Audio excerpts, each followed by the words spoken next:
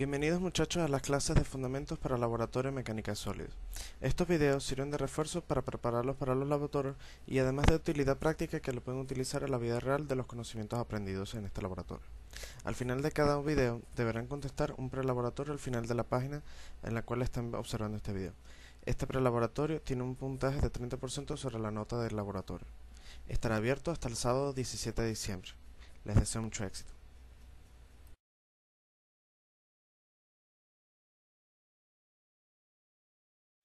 Con la finalidad de entender el funcionamiento de las cargas extensiométricas, es necesario definir qué es una carga extensiométrica. Una carga extensiométrica es una agrupación de filamentos de cobre o cualquier otro material metálico o semiconductor al ser adherido a una superficie y ésta ser sometido a un esfuerzo y deformarse. Se puede medir las deformaciones a través del cambio de longitud que posee el cuerpo. Si recordamos las ecuaciones de resistencia eléctrica de un filamento, debemos tomar en consideración tres variables importantes. Una es la resistividad que posee el cuerpo, el área transversal que posee la superficie, la sección transversal del filamento y la longitud del filamento. La relación entre los tres componentes nos indica que la resistencia es igual a la resistividad por la longitud del filamento entre el área. Si despejamos la longitud, obtenemos que la longitud es igual al área transversal por el radio entre la resistividad. Si nos basamos en la definición de deformación, la deformación unitaria es igual a la variación de longitud entre la longitud inicial, o lo que es igual a la longitud final menos la longitud inicial entre la longitud inicial. Por lo tanto, si nos apegamos a la definición de resistencia eléctrica de un filamento, determinamos que la deformación es igual al área final de la sección transversal del filamento por la resistencia final menos el área inicial que posee el filamento por la resistencia inicial entre el área inicial por la resistencia inicial. Asumimos por tanto que la resistividad jamás cambia. Esto ocurre principalmente en materiales metálicos. No obstante, en materiales semiconductores esto no aplica. Una vez que estimamos esto, asumimos que ambas superficies son directamente proporcionales, es decir, que la resistencia final que posee el filamento luego de ser deformado menos la resistencia inicial, es decir, la variación de resistencia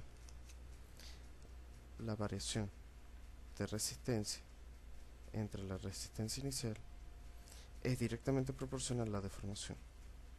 Si nos apegamos a esa observación, determinamos que la deformación es igual a la variación de la resistencia entre la resistencia inicial por unas propiedades propias del material, es decir, 1 más 2 veces el módulo de Poisson. Este término, al escribir esta misma ecuación, al simplificar esta ecuación, obtenemos que la deformación es igual a la variación de la resistencia sobre la resistencia inicial por 1 más 2 veces el módulo de Poisson. Este término lo denominamos factor de Galga. Las galgas se pueden conseguir con un factor de Galga de 2 a 2,1 y de 3,18 a 3,22. Esto se consigue comercialmente en disponibilidad de mercado. Existe cierta similitud entre lo que existe comercialmente, dentro de los cuales un factor de Galga entre 2 y 2,1 se conseguirán con 120 ohms de resistencia, mientras que el Galga de 3,18 y 3,2 se conseguirá con 350 ohms de resistencia. Para la práctica del laboratorio, nosotros utilizaremos factores de Galga de 3,18 con una resistencia de 350. Recuerden que esto se trata de un circuito netamente resistivo. Para determinar la deformación presente en el sistema, nosotros utilizamos el denominado puente Wüst, que se explicará más adelante. Deben tomar en consideración un detalle muy importante a la hora de utilizar cargas extensiométricas. Una carga extensiométrica está compuesto principalmente de cobre, por lo cual si la deformación de la superficie que estamos estudiando que vamos a decir determinar como deformación de la superficie 1 ha de ser igual a la deformación de la superficie de la galga, de la deformación del filamento. Por lo tanto, esto podemos indicarlo como la deformación 2. Si nos recordamos de las clases de resistencia de material de mecánica de sólidos 1, el esfuerzo entre el módulo de elasticidad del material que debemos estar utilizando, la deformación en la galga extensiométrica ha de ser proporcional al esfuerzo sobre el cual tiene efecto y el módulo de elasticidad de la superficie. Si en este caso es de cobre, debemos utilizar el módulo de elasticidad del cobre. Esto lo que nos importa es el módulo de elasticidad. Debemos conseguir aumentar el módulo de elasticidad. Sin embargo, para estimar cuánto es lo máximo que podemos medir con una galga extensiométrica, vamos a utilizar la resistencia. Por tanto, la deformación máxima que puede determinar la galga extensiométrica ha de ser igual a la resistencia máxima a la afluencia del cobre o del material metálico a utilizar entre el módulo de elasticidad. Esta a su vez es la máxima deformación que se puede estudiar sobre la superficie. Eso siempre y cuando la resistencia del material sea menor, la resistencia del material sea mayor a la del que posee la carga extensiométrica. En caso contrario, modificamos este valor por el de la superficie estudio. No obstante, generalmente las cargas extensiométricas se utilizan con materiales como acero, aluminio, cuya resistencia a la fluencia es mayor que la que se puede conseguir en el cobre. En el caso del cobre, la resistencia, el límite a la elasticidad que posee el cobre es de 33 megapascales. El módulo elástico del cobre, en el caso del cobre, el módulo elástico es de 117.000 megapascales. Por lo tanto, la máxima deformación que podemos medir con una galga extensiométrica en cualquier superficie para galgas extensiométricas de cobre ha de ser 0.28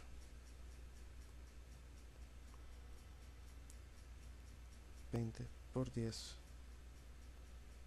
a la menos 3. Esta es la máxima deformación unitaria que se puede medir con una galga extensiométrica de cobre. Siempre debemos trabajar con una galga extensiométrica dentro de su rango de elástico. En la próxima clase, continuando en este video, por supuesto, podremos ver cómo es que se utiliza con un puente de Whiston, tanto en el modelo resistivo como en el modelo voltaico.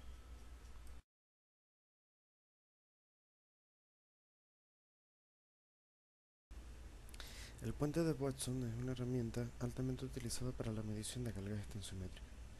Consiste en la conexión o un juego de conexión de 4 resistencias en las cuales se crean dos redes,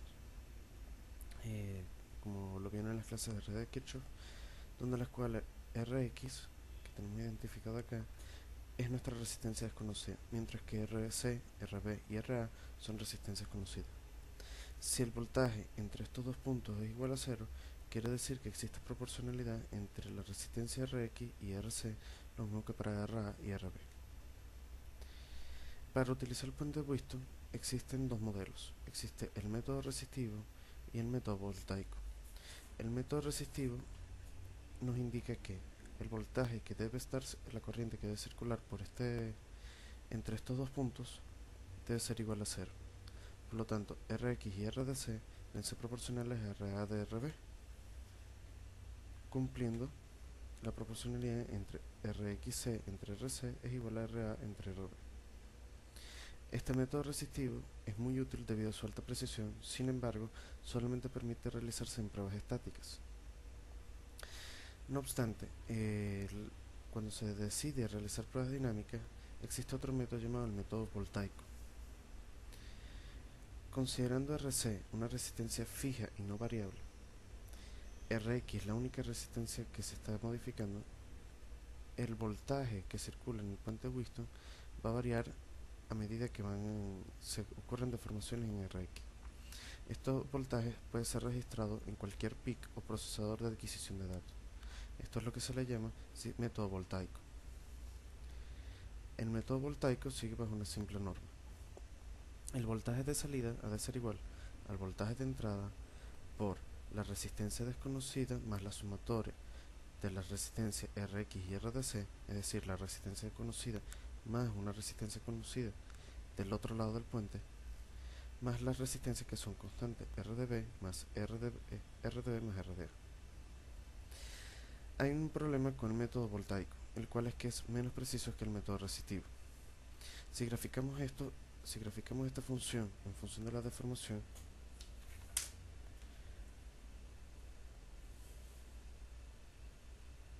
como observan en pantalla, la línea azul es el método voltaico. Como observan, no existe lineabilidad en el proceso, por lo cual determinar la deformación puede ser algo complicado. De manera de simplificación, se hace un modelo lineal, el cual la deformación es directamente proporcional al factor de carga y al voltaje inducido dividido entre 4, siempre y cuando todas las resistencias sean iguales. El problema con este método, ya como ustedes visualizan, la línea roja pertenece al método lineal, mientras que la línea azul es la corriente correcta. Si nos ubicamos en los límites elásticos, es decir, 0.2,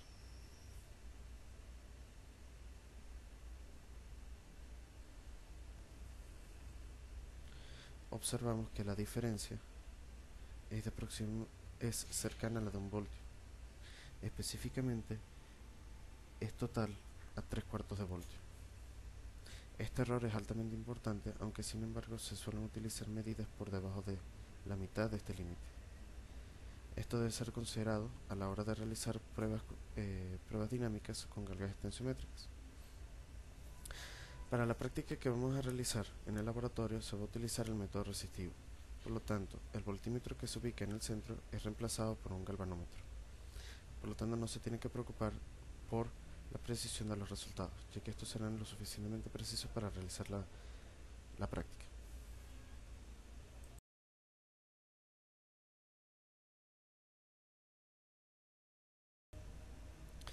Por último, y no menos importante, es la teoría de recipientes de pared delgada. Algunos de ustedes tal vez no han visto esta parte de la teoría de mecánica de sólidos. Sin embargo, es bastante sencilla. Consiste en una relación de área. Cuando se tiene un recipiente sometido a una presión interna debido a un fluido, que puede ser aire, en este caso para la práctica es aceite, y se encuentra en un recipiente cuyas paredes son relativamente delgadas o una quinceava parte de la longitud o del diámetro interno, nosotros podemos aplicar una regla de intercambio de presión. Es decir, se determina como tal que los esfuerzos son constantes en toda la sección. En el caso del recipiente de pared gruesa existe una gradiente de esfuerzo, el cual deben tomar en cuenta, pero eso lo verán más adelante en la materia de mecánica de sólidos 2. Como lo dije al principio, la técnica para resolver este tipo de ejercicios es una relación de área. Primero tomamos un recipiente, que puede ser en este caso una tubería, y la seccionamos de manera transversal o longitudinal. En este caso, para el ejemplo de la práctica, va a ser una sección transversal, una sección longitudinal, es decir, que el eje principal pasará por el corte. Nosotros hacemos una igualación de fuerza, es decir, la fuerza que ejerce el fluido sobre las paredes del recipiente es igual al esfuerzo que ejerce el recipiente para resistirse a ser deformado. Obtenemos que el esfuerzo por el área del recipiente, es decir, la sección transversal, es igual a la presión interna del fluido por el área del fluido.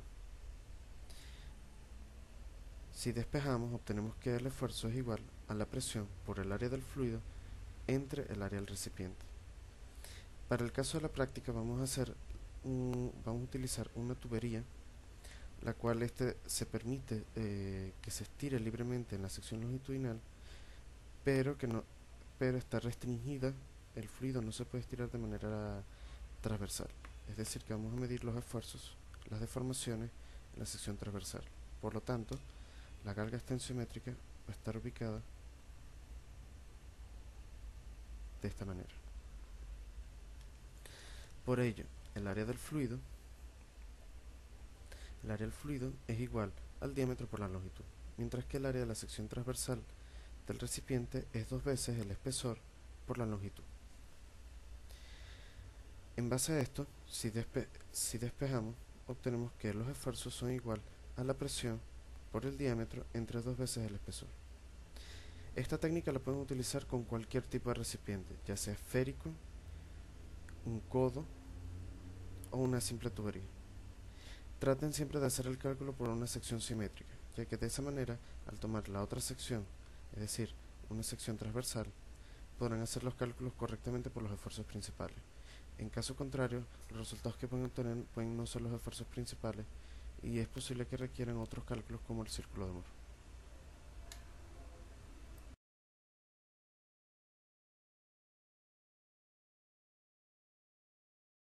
Acción. Bueno muchachos, continuamos con los videos de fundamento de mecánica de sólidos y ahorita realizamos las prácticas con galgas extensiométricas. Como verán, las prácticas se componen del recipiente de pared delgada que estuvimos hablando anteriormente y de un medidor de deformaciones unitario. ¿Okay? El recipiente de pared delgada tiene adherida unas galgas extensiométricas, las cuales vamos a utilizar las que están ubicadas transversalmente. Detrás del sistema del recipiente de pared delgada tenemos una serie de galgas que están no se encuentran adheridas a la superficie y que nos permiten tener las deformaciones por la temperatura. Recuerden que como hablábamos de las galgas extensiométricas, ambas tienen que estar presentes, tenemos que tratar de aislar la deformación provocada por la temperatura, y esto lo logramos tratando de eliminar la resistencia parasitaria que nos produce en este caso la temperatura. El sistema está conectado a una bomba, la cual nosotros vamos a inyectar aproximadamente inicialmente 30 psi y vamos contando de 20 en 20 para llenar el recipiente de aceite. Cuando el recipiente ya posea los 40 psi inicialmente, vamos calculando de 20 en 20 y tomamos las mediciones con la deformación. ¿Okay? En lo que respecta al medidor de deformaciones, esto es un circuito totalmente resistivo. ¿Okay? Inicialmente nosotros hablamos en los videos anteriores, que tenemos circuitos que son totalmente resistivos o voltaicos. En este caso, con este equipo estamos trabajando con equipos totalmente resistivos. Ahora bien, para nosotros trabajar, vamos a tratar siempre de igualar las resistencias que existen en ambos lados del puente. Nosotros vamos a trabajar con medio puente. Medio puente, ¿qué quiere decir? Que las resistencias del lado superior van a estar conformadas por la galga extensiométrica y por la galga que tenemos de diferencial de temperatura. Internamente están dos galgas que a nosotros simplemente no nos interesa la resistencia, pero deben ser iguales entre ellas. De eso se encarga nuestro equipo de medición de deformación. Al encender el equipo, tenemos la precaución de que el sistema se encuentra a batería, aunque bien podemos conectarlo a una fuente de 115 voltios de corriente alterna, y revisamos la batería. Okay. Para revisar la batería, presionamos la prueba de batería y revisamos de que el indicador de deformación se encuentre fuera del rango de reemplazo de batería. Al soltarlo, automáticamente se vuelve en cero. ¿Okay? El factor de galga debe ser igual a 3,12, tal como nos indica, 3,18, tal como nos indica el tipo de galga que vamos a trabajar. ¿Okay? Esta es la fábrica, esta es la ficha técnica que tenemos de la galga, y como ven, el factor de galga es igual a 3,18.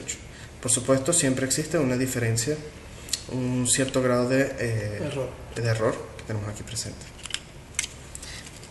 Si en todo caso deseamos tener la resistencia del equipo, aquí tenemos que es 350 ohms. ¿Okay? El equipo siempre puede existir un problema llamado offset.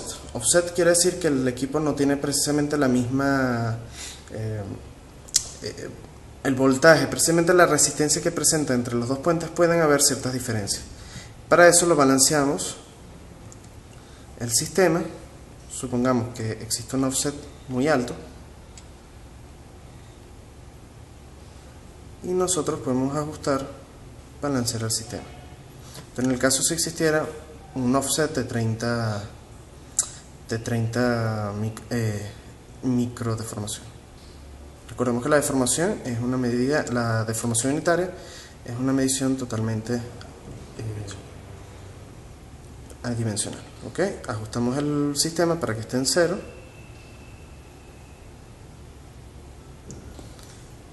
Cerramos, bloqueamos aquí y con eso nos aseguramos de que el offset sea igual a 0. Revisado el sistema de el factor de galga y que la deformación unitaria inicial sea 0, el equipo se encuentra encendido, nos dedicamos a revisar el tipo de conexión. De acuerdo a cómo se vaya a utilizar el equipo, existen 3 tipos de conexiones. Cuarto de puente, en lo que se refiere, utilizamos un puente de Whiston totalmente interno, pero solamente conectamos una galga extensiométrica, es decir, no utilizamos diferencial de temperatura, en cuyo caso tenemos que conectarlo de acuerdo a la resistencia que posee la galga en práctica. Si nosotros no utilizáramos galga de diferencial de temperatura, deberíamos conectarlo en 350. La otra opción es medio puente. Para medio puente automáticamente establecemos cuál es la conexión para las galgas extensiométricas y la otra resistencia, la resistencia dummy, la cual tiene que estar conectada en el polo negativo. Esto es la otra mitad del puente de Whiston, que lo tenemos ahí en la práctica. Si se desea un cálculo de mayor precisión donde el cual el sistema no requiere balance, lo que llamamos puente completo, la conexión sería similar a la que tenemos en pantalla. En ese caso el puente se construye fuera del equipo y simplemente hacemos las conexiones respectivas en el sistema. En este caso, como ustedes pueden ver en pantalla, el filamento conectado positivo y en la señal negativa son las pertenecientes a la galga extensiométrica, mientras que entre la señal negativa y la entrada de tensión negativa se refiere a la galga diferencial de temperatura. Una vez que hemos realizado el procedimiento, revisamos conectar las galgas de acuerdo a la posición escogida de acuerdo al puente manejado, establecer el factor de galga de acuerdo al tipo de galga utilizado, que como ya mencionamos es 3,18. Tratamos de conectar la sensibilidad lo máximo posible. En ese caso, preferiblemente lo ponemos en la posición más alta. Verificamos que la deformación en el contador sea igual a 0.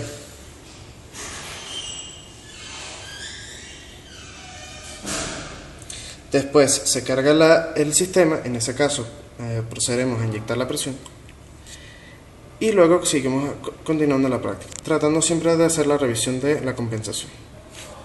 Ok, ahora explicamos cómo se realiza la práctica. Bien, antes de inyectar presión tenemos que chequear que la válvula de paso esté cerrada, no a su máximo. Lo que hacemos es cerrarla y la dejamos abierta un poco y verificar que esta válvula que tenemos aquí esté completamente abierta. Comenzamos entonces a inyectar presión y verificamos en el manómetro la presión que tenemos hasta obtener una presión inicial de 40 psi. Por favor, avísenme cuando lleguemos.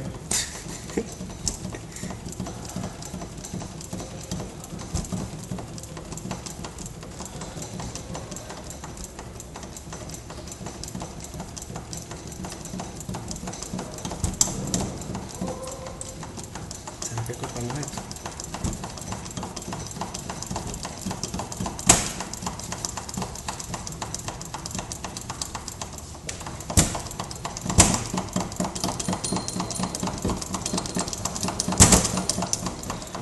Esto nos vamos a mostrar cómo inyectar la presión.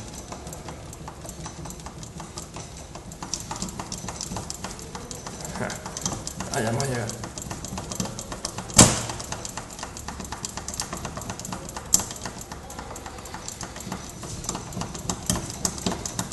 Ahí. Ok. Muy bien. Ya vemos que tenemos la presión deseada. Procedemos a verificar en el galvanómetro. Vemos que es necesario volverla a calibrar, pero no a calibrar como tal, sino medir la deformación mediante esta perilla de avance, modificando la resistencia. y así modificamos la resistencia hasta llegar al punto cero en el medidor, tal como se muestra. De esta manera verificamos aquí en el medidor en micras de pulgada, tomando en cuenta que es adimensional, vemos cuánto es el valor que se obtuvo y lo vamos a registrar en la tabla.